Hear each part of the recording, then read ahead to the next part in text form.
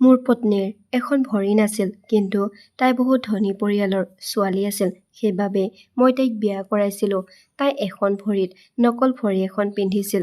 আমি দুয়ো ঘৰত অকলে থাকিছিলোঁ, কিন্তু প্ৰতিনিশাই ছটৰ ওপৰৰ পৰা অদ্ভুত অদ্ভুত মাত শুনিছিলোঁ আৰু মোৰ পত্নীও বিচনাৰ পৰা নোহোৱা হৈ থাকে, কিন্তু তাইৰ নকল ভৰিখন বিচনাতে পৰি থাকে। এদিন মই ছটলৈ গৈ যি দেখিলোঁ, মোৰতো জীৱ ওলাই গৈছিল, কাৰণ মোৰ পত্নীয়ে বহুত ডাঙৰ। মোৰ ইতিমধ্যে বিয়াৰ বয়স হৈছিল। যেতিয়া মোক ছোৱালীজনীৰ ফটোখন দেখুৱাই দিছিল, তেতিয়া মই বহুত সুখী হৈছিলোঁ। হৃদয়খন বহুত আৱেগেৰে ভৰি পৰিছিল। কিন্তু যেতিয়া মই গম পালোঁ যে তাইৰ এখন ভৰি নাই, তেতিয়া মই থতমত খালোঁ। অকল মাত্ৰ এইটোৱেই নাছিল, তাইতো সেইখন ভৰিত নকল ভৰি এখনো লগাইছিল। মই মোৰ বিয়া ঠিক কৰা মানুহজনৰ ওপৰত খং কৰিছিলোঁ যে মোৰ ইমান বেয়া দিন আহিলনে, যে ভৰি নথকা ছোৱালী এজনীক বিয়া কৰাম। মইতো দেখিবলৈ বহুত সুন্দৰ আৰু ডেকা ল'ৰা হওঁ, মোৰ কোনো অভাৱ নাই, তেন্তে মই চকু মুদি ইমান তিতা বস্তু এটা কেনেকৈ খাম? মোৰ আত্মীয়সকলেও মোক বুজাই দিলে যে এই ছোৱালীজনীৰ ভৰি এখন নাই, কিন্তু তাই বহুত ধনী পৰিয়ালৰ। তাই এই কথা মানি লৈছে যে তাইৰ ভৰি এখন নাই, সেইকাৰণে তাই মধ্যবিত্তীয় ল'ৰা এজনক বিয়া কৰাব বিচাৰে। তাইৰ ভৰিখন ভালে থকা হ'লে তেতিয়া তুমি তাইৰ ছাটোৰ ওচৰলৈও যাব নোৱাৰিলাহেঁতেন। এইটো কথাই মোৰ হৃদয়খন চুই গ'ল আৰু মই সেই ছোৱালীজনীক বিয়া কৰাবলৈ মান্তি হ'লোঁ। তাইৰ নাম আছিল পূজা। তাই সঁচাকৈয়ে বৰ ধুনীয়া ছোৱালী আছিল। তাইৰ ঘৰটো বহুত ডাঙৰ আছিল আৰু তাই সেই ঘৰখনত অকলে থাকিছিল। তাইৰ লগত মোৰ বিয়া হৈ গ'ল। ৰাতি যেতিয়া মই তাইৰ ওচৰলৈ গ'লোঁ, তেতিয়া তাই মোক তাইৰ ওচৰত বহিবলৈও নিদিলে আৰু তাইক ক'লে যে মই শপত খাইছোঁ আৰু ঈশ্বৰক প্ৰতিশ্ৰুতিও দিছোঁ, মই আপোনাৰ লগত এমাহ শুব নোৱাৰোঁ, কাৰণ মই ভগৱানৰ ওচৰত এটা প্ৰতিজ্ঞা কৰিছিলোঁ যে যদি মই মোৰ পচন্দৰ স্বামী পাওঁ, তেন্তে এমাহ ধৰি অবিৰতভাৱে উপবাসে থাকিম আৰু এমাহলৈকে স্বামীৰ লগত শুব নোৱাৰিম। এনে এক অদ্ভুত অৱস্থাত মই বহুত আচৰিত হৈছিলোঁ, কিন্তু মই এজন সাধাৰণ নিৰক্ষৰ মানুহ আছিলোঁ, গতিকে তাইৰ চৰ্তটো মানি ল'বলৈ মান্তি হ'লোঁ আৰু তাৰপিছত তাই কৈছিল যে আমি এই ঘৰতে থাকিম। যদি তুমি ইয়াত নাথাকা, তেতিয়া ইয়াত কোনে থাকিব? আৰু এই ঘৰখনৰ চোৱাচিতা কৰিবলৈ মোৰ বাহিৰে আন কোনো নাই। তেতিয়া মই ক'লোঁ যে মই ইয়াতে থাকিম, মই এই ঘৰখন চম্ভালিম। এতিয়া এই ঘৰটো মোৰ আৰু পূজাৰ সকলো ধন সম্পত্তিও মোৰ, আৰু ইয়াত পূজাৰো একো আপত্তি নাছিল।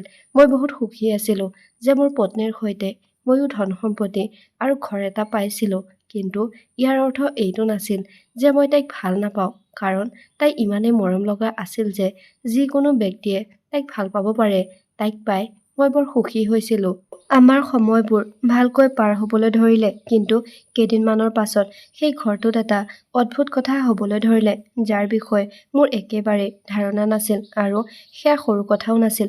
মই অনুভৱ কৰিলোঁ যে ৰাতি ৰাতি আমাৰ কোঠাটোৰ ওপৰত থকা ছটৰ পৰা অদ্ভুত শব্দবোৰ আহি থাকে, যেন তাত কোনোবা আছে। এবাৰ চেক কৰিবৰ বাবে ওপৰলৈ গ'লোঁ। মই ভাবিছিলোঁ যে কোনোবা চোৰ হ'ব পাৰে, কিন্তু তেনেকুৱা একো নাছিল। ওপৰত বহুত আন্ধাৰ আছিল। পূজাই মোক কৈছিল যে বহু বছৰ ধৰি কোনেও ছটত যোৱা নাই আৰু কোনেও ছটৰ চাফ-চিকুণ কৰা নাই, কাৰণ মই ভৰিৰ বাবে ওপৰলৈ উঠিব নোৱাৰোঁ। সেইবাবে মই তাত আধৰুৱা কামবোৰ কৰা নাই। মই তাইক ক'লোঁ যে তুমি যদি ওপৰলৈ উঠিব নোৱাৰা, তেন্তে ময়ো ওপৰলৈ নাযাওঁ। গতিকে তাত থকা আধৰুৱা কামবোৰ কৰাটো বেছি প্ৰয়োজনীয় নাছিল। অপ্ৰয়োজনীয়ভাৱে পইচাবোৰ খৰচ কৰিব নালাগে। কিন্তু ছটৰ ওপৰত নিশ্চিতভাৱে কিবা এটা ৰহস্য আছিল। আজি ৰাতিও মই শব্দ এটা শুনি সাৰ পালোঁ, কিন্তু কাষৰ বিচনাখনলৈ চাওঁতে মোৰ ভয়ত জীৱ ওলাই গৈছিল। মই দেখিলোঁ যে মোৰ পত্নীৰ নকল ভৰিখন বিচনাৰ তলত পৰি আছে আৰু মোৰ পত্নী বিচনাত নাই। তাই গোটেই দিনটো তাইৰ নকল ভৰিখনৰ সহায়ত ঘৰটোত ঘূৰি ফুৰে, কিন্তু ৰাতি শোৱাৰ আগতে নকল ভৰিখন খুলি শুইছিল। কিন্তু মই এইটো ভাবি বহুত আচৰিত হ'লোঁ যে তাই এই নকল ভৰিখনৰ অবিহনে কেনেকৈ ক'লৈ যাব পাৰে। তাইতো হুইলচেয়াৰো ব্যৱহাৰ কৰা নাছিল। কেৱল এই নকল ভৰিখনৰ সহায়ত তাই খোজ কাঢ়িবলৈ কিছু সময় লাগিলেও অলপ খোজ কাঢ়িব পাৰিছিল। হুইলচেয়াৰ ব্যৱহাৰ কৰাটো তাই একেবাৰে ভাল পোৱা নাছিল। হুইলচেয়াৰত বহি থকাটো তাই বেয়া পায় বুলি মোক কৈছিল। সেইকাৰণে তাই হুইলচেয়াৰ ব্যৱহাৰ কৰা নাছিল। কিন্তু এতিয়া এই নকল ভৰিখনটো বিচনাতে পৰি আছিল। গতিকে তাই এই ৰাতিখন কলৈ যাব পাৰে?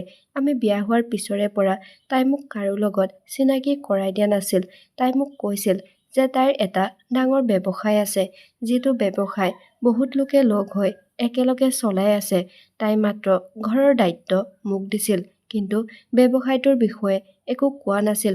ঘৰত টকা পইচা আহি আছিল, কিন্তু ক'ৰ পৰা আহি আছিল সেই কথা মই গম পোৱা নাছিলোঁ। এতিয়া মই মোৰ পত্নীক বিচাৰি আছিলোঁ, কাৰণ যদি তাই ভৰি নোহোৱাকৈ ক'ৰবালৈ গৈছিল তেন্তে তাৰ অৰ্থ এইটো যে তাই খোজ কাঢ়িব পাৰিছিল আৰু তাই মোৰ লগত নাটক কৰি আছিল। নহ'লেনো এজন ব্যক্তিয়ে ভৰি নোহোৱাকৈ যিকোনো ঠাইলৈ কেনেকৈ যাব পাৰে?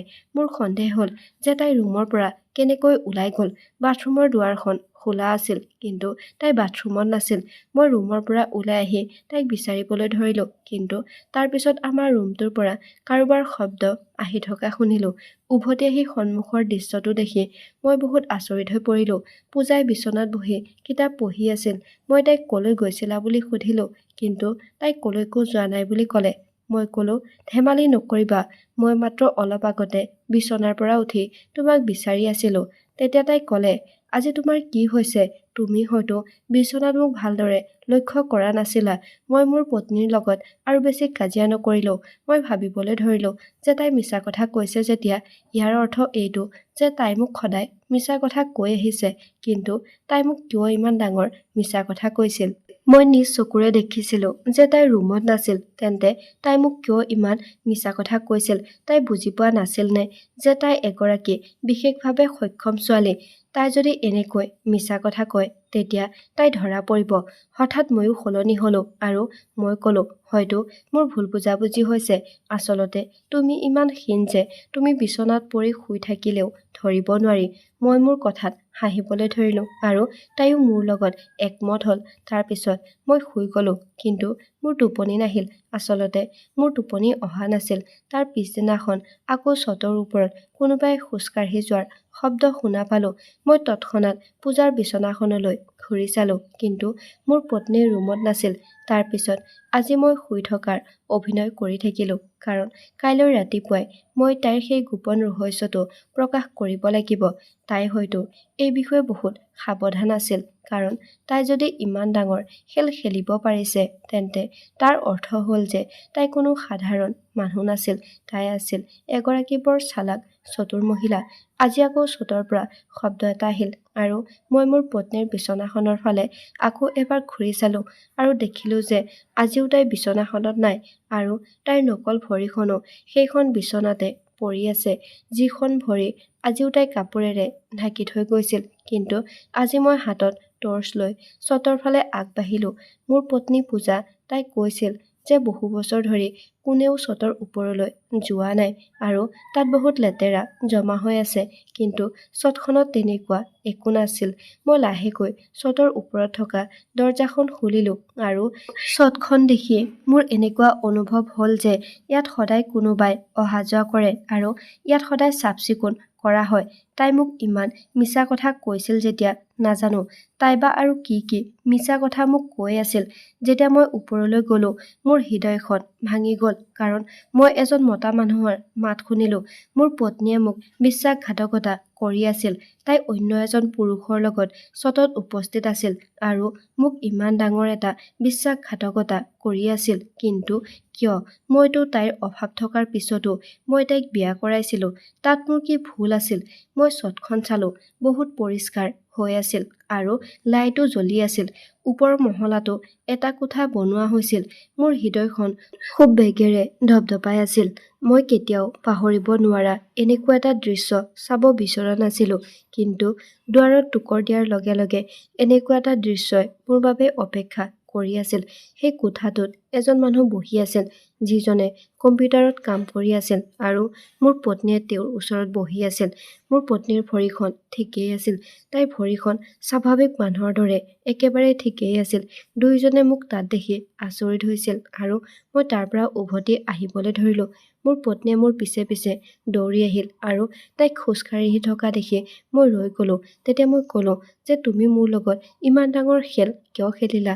তাৰপিছত তাই ক'বলৈ ধৰিলে যে আচলতে মই এটা কাম কৰোঁ, যিটো কাম মই কাকো ক'ব নোৱাৰোঁ, কিন্তু সেই কামটো বহুত গোপনীয়তাৰে কৰিব লাগে। আমি এইবোৰ কথা কাকো ক'ব নোৱাৰোঁ। মই জানি বুজি মোৰ ভৰি এখন নথকাৰ নাটক কৰি আছোঁ, কাৰণ এনে কামত সন্দেহৰ আশংকা আছিল। মোক কাৰো লগত বিয়া হ'বলৈ অনুমতি দিয়া নাছিল। মই এটা চুক্তিত চহী কৰিছিলোঁ, কিন্তু মই হৃদয়ৰ হাতত বাধ্য হৈ মই তোমাৰ লগত বিয়া হ'লোঁ। মোৰ বিয়া হোৱা ইচ্ছা পূৰণৰ বাবে। মই যেতিয়া তোমাক দেখিছিলোঁ, তেতিয়া মই তোমাক মনে প্ৰাণে ভাল পাই পেলাইছিলোঁ।